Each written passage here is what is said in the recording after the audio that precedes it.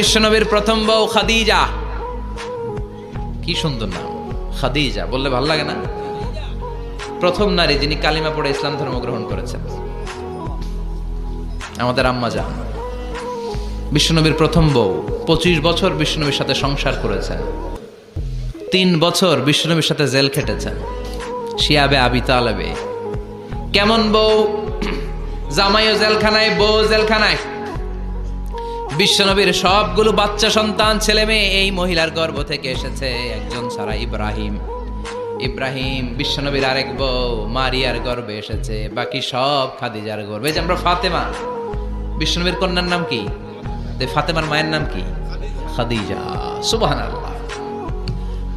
ফাতেমা, রুকাইয়া, উম্মে কুলসুম, জায়নাব, এই 4 জনের মাই খাদিজা।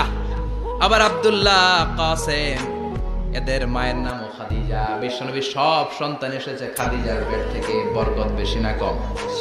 বিশ্বনবী ভয় পেলে খাদিজার কাছে গেলে ভয় কেটে যেত, সাহস যোগাতেন, শেল্টার দিতেন, ছাতার মতো মাথার উপরে দাঁড়িয়ে থাকতেন। আল্লাহু আকবার। বিশ্বনবী বলতেন রুজিকতু হুব্বাহা, খাদিজার ভালোবাসা আমার অন্তরে আল্লাহ রিজিক হিসেবে দিয়েছে। আবার বিশ্বনবী বলতেন আল্লাহ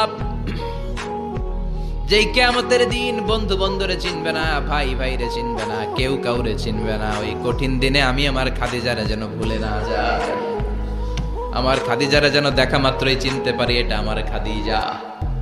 খাদিজাকে নিয়ে মা আয়েশা একদিন একটা কটু কথা বলেছিল। ও নবী, কবে আপনার এই বুড়ি মহিলা, বুড়ি বউ খাদিজা ইন্তেকাল করেছে, তারপরে কত সুন্দরী সুন্দরী বউ আমরা এসেছি, আমগরে ভালো লাগে না? খালি বুড়ির কথা কোন কেন? খালি ওই বুড়ির কথা স্মরণ করেন। আমরা আছি, আমাদের দিকে তাকান, আমরা কত সুন্দরী, আমরা কত ভালো।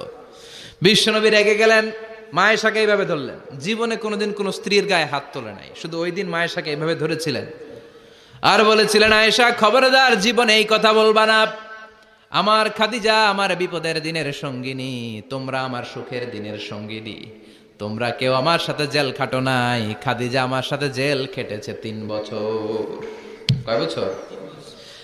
খাদিজা যখন ইন্তেকাল করলো, বিশ্বনবী কবর দিলেন, দোয়া করলেন আর কাঁদলেন।